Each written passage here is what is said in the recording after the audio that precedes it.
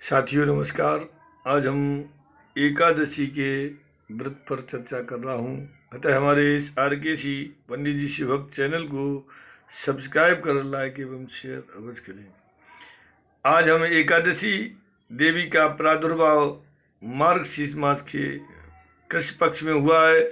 एकादशी से संबंधित बहुत सी आवश्यक बातें इस मास के कृष्ण पक्ष की उत्पन्ना एकादशी के प्रसंग में दी गई हैं। पुराणों में 26 एकादशियों का अलग अलग कथाएं एवं मान्यताएं हैं, जिन्हें पढ़ने पर एवं सुनने पर स्वाभाविक रूप से एकादशी व्रत के प्रति श्रद्धा जागृत होती है।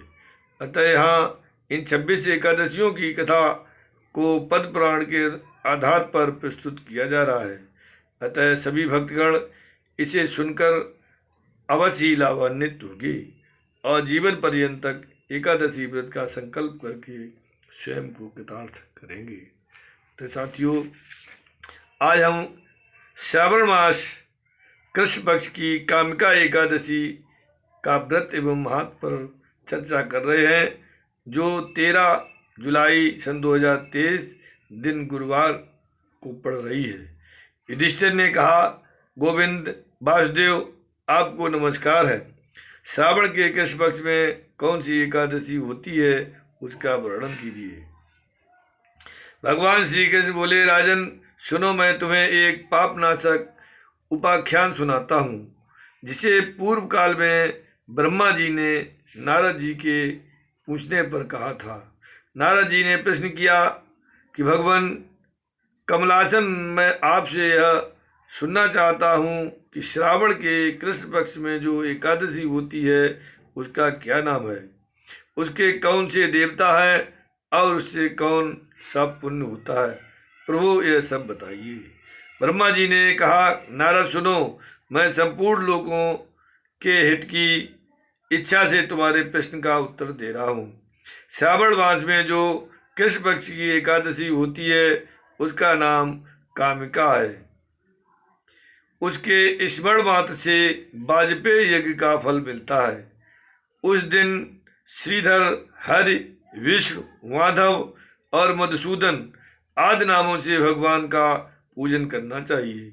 भगवान श्री कृष्ण के पूजन से जो फल मिलता है वो गंगा, काशी, नैमिषारण्य तथा पुष्कर क्षेत्र में भी सुलभ नहीं है।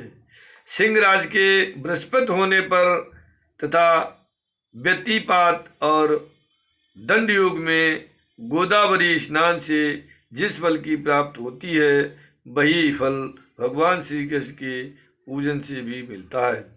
जो समुद्र और वन सहित समूची पृथ्वी का दान करता है तथा जो कामिका एकादशी का व्रत करता है, वे दोनों समान फल के भागी माने गए हैं।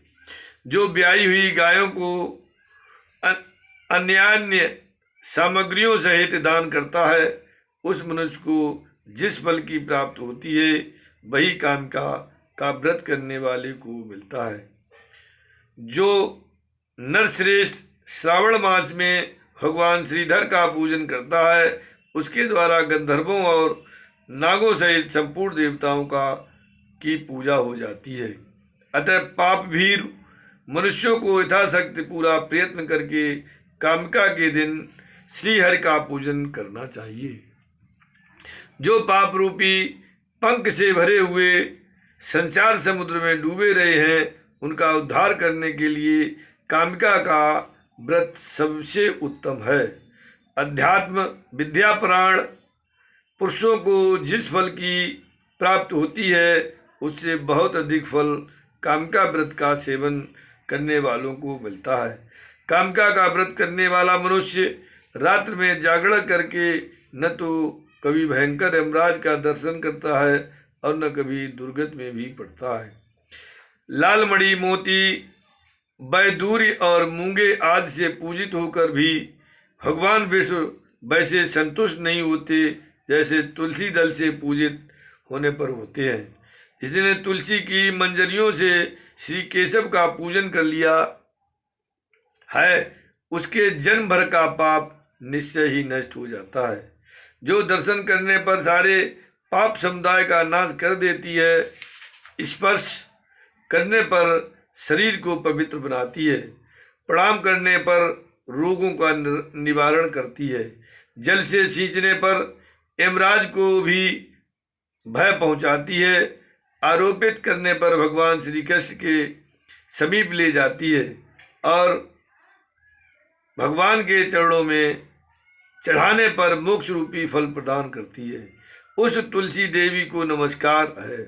जो मनुष्य एकादशी को दिन रात दीपदान करता है उसके पुण्य की संख्या चित्रगुप्त भी नहीं जानते हैं। एकादशी के दिन भगवान श्री कृष्ण के सम्मुख जिसका दीपक जलता है उसके पितर स्वर्गलोक में स्थित होकर अमृतपान से तृप्त होते हैं।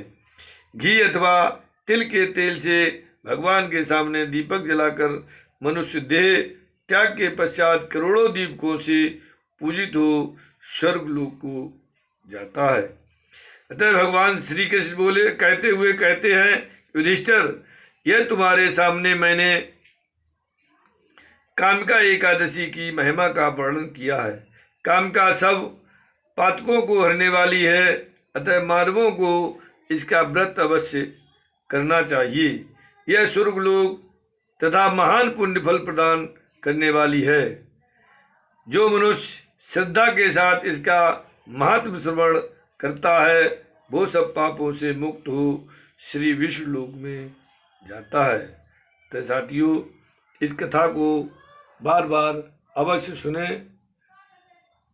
सियापति रामचंद्र की जय, उमापति महादेव की जय, रमापति रामचंद्र की जय, पवन सुत हनुमान की जय, बोल भाई सब संतन की जय।